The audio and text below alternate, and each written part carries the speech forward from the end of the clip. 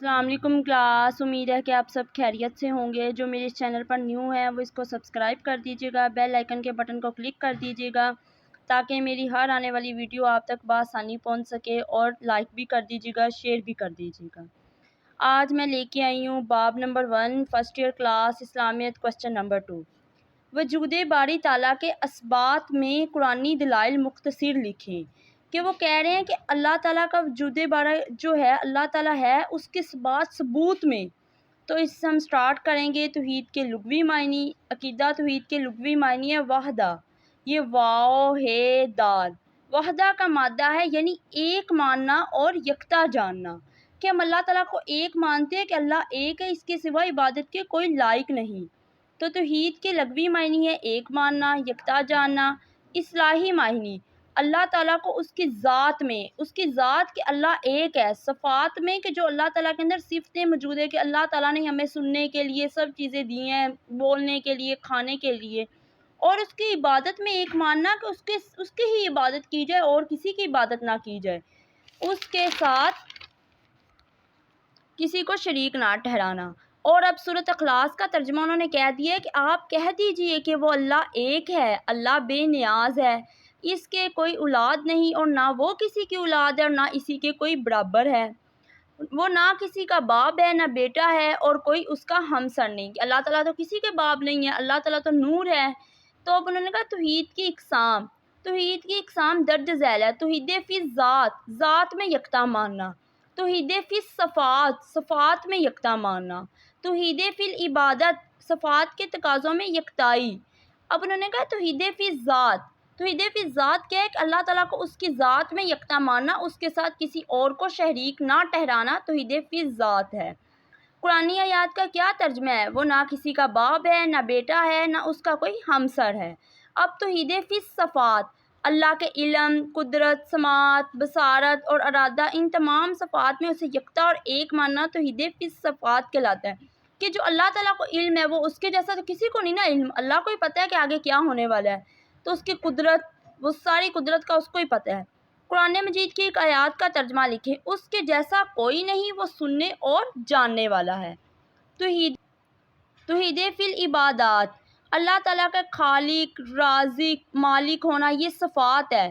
ہم صرف اللہ کی عبادت کرتے ہیں، اسی کی عبادت میں کسی اور کو شریک نہ ٹھہرانا توحید فی العبادت کہلاتا ہے۔ ترجمہ ہے تمہارا معبود فقط ایک اللہ ہے۔ وجود باری تعالیٰ، اللہ تعالیٰ کے موجود ہونے پر یقین رکھنا وجود باری تعالیٰ کہلاتا ہے۔ ہمیں پتہ ہے، ہمیں یقین ہے کہ اللہ ہے، اس دنیا میں ہے، اللہ ہمیں دیکھ رہا ہے۔ عقلی دلائل، عقلی دلائل کیا ہے؟ گھڑی ساز کی مثال ہے، ممار کی مثال ہے، انڈے کی مثال ہے، شتوت کے پتوں کی مثال ہے۔ اب ہم گھڑی ساز کی مثال کو دیکھ لیتے ہیں۔ جب ہم کسی بنی ہوئی چیز کو دیکھتے ہیں تو ہمارا ذہن اس کو بنانے والے کی طرف میں منتقل ہو جاتا ہے۔ گھڑی کو دیکھیں تو گھڑی ساز کا تصور آ جاتا ہے، کیونکہ ہم یہ بھی نہیں سوچ سکتے کہ گھڑی ساز کے بغیر گھڑی بن سکتی ہے، نہیں بن سکتی۔ اسی طرح جب ہم کائنات پر غور کریں تو ضرور اس کے بنانے والے کا بھی خیال آئے گا، کیونکہ اتنی بڑی کائنات خود بخود تو نہیں وجود میں آ گئی، کسی نے تو بنایا ہے، تو وہ کون ہے؟ وہ اللہ تعالیٰ ہے۔ کیونکہ کوئی صحیح ذہن اس بات کا تصور ہی نہیں کر سکتا کہ اتنا بڑا منظم و مربوط جہان کسی بنانے والے کے بغیر خود بخود بن گیا ہو۔ اب ہے معمار کی مثال، جب ہم کسی چیز کو دیکھتے ہیں تو ہمارا ذہن اس کو بنانے والے کی طرف موجود ہو جاتا ہے۔ مکان کو دیکھیں تو معمار کا تصور آ سکتا ہے، کیونکہ ہم یہ بھی نہیں سوچ سکتے کہ ایک مکان ہے وہ کسی معمار کے بغیر بن سکتا ہو۔ اسی طرح جب ہم کائنات پر غور کیا جائے تو اس کو بنانے والے کا بھی خیال آئے گا۔ تو یہ بھی یہی ہے کہ کیونکہ اس ذہن کو اس بات کا تصور ہی نہیں کر سکتا کہ اتنا بڑا منظم نظام جہان کسی بنانے والے کے بغیر خود بخود آ گیا۔ انڈے کی مثال، حضرت امام اعظم نے وجود باری تعالیٰ پر دلائل دی کہ ایک محل جو اندر سے سونے اور باہر سے چاندی کا ہے، جو انڈا ہے وہ اندر سے تو وہ یلو کلر کا ہے نا، سونے کا، باہر سے چاندی کا، وائٹ کلر کا، تو اس میں آنے اور جانے کا بھی رستہ نہ ہو، تو اس میں کوئی جاندار پیدا ہو جائے تو کون سی ذات ہے جس نے اسے جاندار کو پیدا کیا ہے؟ اب شتوت کے پتوں کی مثال ہے، حضرت امام شافعی نے وجود باری تعالیٰ پر دلائل دی کہ شتوت کا پتا ریشم کا کیڑا کھائے تو ریشم پیدا ہوتا ہے، شتوت کا پتا بکری کھائے تو دودھ، اور شتوت کا پتا شہد کی مکھی کھائے تو شہد پیدا ہوتا ہے۔ تو کون سی ذات ہے جس نے ایک ہی پتے سے 3 الگ فائدے عطا کیے ہیں وہ صرف اللہ کی ذات ہے، اس کے بغیر تو کچھ چیز بھی ممکن نہیں ہے، وہ نہ کرے تو کوئی چیز پاسبل ہی نہیں۔ قرآنی دلائل۔ اب تخلیق آسمان اور زمین، اللہ نے قرآن مجید میں فرمایا، کیا اللہ میں شبہ ہے جس نے بنائے آسمان اور زمین؟ نظم و ضبط۔ کائنات پر جب گہری نظر ڈالی جائے تو اس میں ایک نظم و ضبط نظر آئے گا، کہیں بھی بے ترتیبی نہیں ہے۔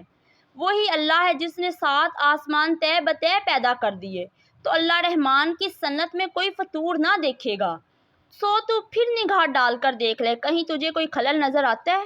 پھر بار بار نگاہ ڈال کر دیکھ، لوٹ آئے گی تیرے پاس تیری نگاہ رد ہو کر تھک کر۔ کیونکہ اللہ تعالیٰ نے جو چیز بنائی ہے، دن ہے وہ اپنے مقرر وقت پر ہوتا ہے، رات ہے تو وہ اپنے مقرر وقت پر آتی ہے، کوئی بے ترتیبی تو نہیں نہ ہے۔ سورج اور چاند کی گردش۔ سورج اپنے مدار میں گردش کر رہا ہے، چاند اپنے مدار میں ہے، سورج چاند کے مدار میں نہیں جاتا، چاند سورج کی طرف نہیں بڑھتا، اسی طرح ایک خاص وقت تک رات رہتی ہے اور ایک خاص وقت تک دن رہتا ہے۔ ترجمہ۔ نہ آفتاب کی مجال ہے چاند کو جا پکڑے اور نہ رات دن سے پہلے آ سکتی، اور سب ایک ایک دائرے میں تہ رہے ہیں۔ ہر چیز کی تخلیق یا پیدائش۔ کائنات کی ہر چیز میں ایک مقرر انداز اور خاص نظم و ضبط پایا جاتا ہے۔ ترجمہ۔ اور ہم نے ہر چیز کو ایک خاص انداز سے پیدا کی، رات اور دن کا آنا جانا۔ کائنات کا یہ نظم و ضبط اس بات کی روشن دلیل ہے کہ ایک ایسی اعلیٰ برتر ذات موجود ہے جس نے کائنات میں ایک خوبصورت نظام پیدا کیا ہے۔ ترجمہ۔ بے شک آسمانوں اور زمین کی پیدائش اور رات دن کے عدل بدل میں اہل عقل کے لیے بڑی نشانیاں ہیں۔ کاریگری صرف اللہ تعالیٰ کی، دن رات، چاند سورج اور زمین و آسمان کا نظم و ضبط سب اللہ تعالیٰ کی حکمت ہے۔ ترجمہ۔ کاریگری اللہ ہی کی ہے جس نے ہر چیز کو مضبوط پیدا کیا۔ انسان کی تخلیق۔ کیا یہ لوگ بغیر کسی کے پیدا کیے پیدا ہو گئے، یا یہ خود اپنے خالق ہیں، یا انہوں نے آسمان اور زمین کو پیدا کر لیا؟ اصل یہ ہے کہ ان میں یقین ہی نہیں۔ جن میں یقین نہیں ہوتا وہ سوچتے ہیں کہ ہم خود پیدا ہوئے، یہ ہمیں اللہ نے پیدا کیا ہے۔ تو اس میں کیا ہے، انہوں نے آسمان بنایا، لوگوں نے تو نہیں آسمان بنائے، یہ صرف اللہ نے پیدا کیے ہیں۔ اب ہے فطرت انسانی۔ جس طرح زمین، آسمان، ساری کائنات وجود باری تعالیٰ کی گواہی دیتی ہے، اسی طرح انسان کی فطرت کی آواز بھی یہی ہے کہ انسان کے طریقی مطالعہ سے ہمیں پتہ چلتا ہے اور کہ وحشی سے وحشی ہر طرح کی قوم قادر مطلق کی ذات کا اعتراف ملتا ہے۔ آثار قدیمہ کی تحقیقات سے یہ بات واضح ہو چکی ہے کہ دنیا کے مختلف گوشوں میں بسنے والے وحشی اقوام جن کی فکر و ذہنی سطح بہت پست تھی، وہ بھی کسی نہ کسی شکل میں اللہ کے وجود کی قائل تھی۔ اس سے ظاہر ہوتا ہے کہ وجود باری تعالیٰ پر ایمان انسان کی فطرت میں داخل ہے۔ قرآن مجید میں ارشاد ہے، اللہ کی اس فطرت کا اتباع کرو جس پر اس نے انسانوں کو پیدا کیا۔ یقین والوں کے لیے نشانیاں۔ اور زمین میں بہت سی نشانیاں ہیں یقین لانے والوں کے لیے، خود تمہاری ذات میں بھی تو کیا تمہیں دکھائی نہیں دیتی؟ جن کو اللہ پہ یقین ہے نا، تو ان کے لیے اس دنیا میں بہت نشانیاں ہیں، اور جن کو نہیں یقین ان کے لیے کچھ بھی نہیں ہے۔ اب خدا کا ایک ماننا۔ کائنات کو بنانے والا یا اللہ برتر و ہستی صرف ایک ہے۔ انسان کو صحیح سوچ اسی سے نتیجے پر پہنچاتی ہے، کیونکہ اگر ایک سے زیادہ رب ہوتے تو ان کے باہمی تصادم کی وجہ سے کائنات کا یہ نظام ایک لمحے کے لیے بھی قائم نہ رہ سکتا۔ اگر 2 خدا ہوتے تو یہ نظام قائم رہنا تھا؟ نہیں۔ لیکن کائنات تو اپنی مربوط منظم شکل میں موجود ہے۔ اس بات کی دلیل ہے کہ معبود برحق صرف ایک ہے۔ قرآن کریم میں ارشاد ہے، اگر ان دونوں یعنی زمین و آسمان میں اللہ کے کوئی معبود ہوتا تو ان میں فساد برپا ہو جاتا ہے۔ یہاں تک ہمارے کوسچن کا ہوا اینڈ۔ تو امید ہے کہ آپ کو سمجھ آ جائے گی۔ اگر آپ نے جو میں نے آپ کو لیکچر دیا یہ آپ سارا لکھیں تو آپ کو جو ایگزامینر ہے 8 میں سے 8 نمبر دے دے گا، کیونکہ یہ دیکھیں میں نے آپ کو ایک ایک چیز کی وضاحت دے دی ہے۔ تو یہ امید ہے کہ آپ کو سمجھ آ گئی ہوگی۔ اتنی دیر کے لیے اللہ حافظ، اپنا خیال رکھیے گا، اور یہ جو کل ایک میں نے کوسچن پڑھایا ہے اور ایک یہ آج، ان دونوں کوسچن کو اچھے طریقے سے یاد کر لیجیے۔ اللہ حافظ۔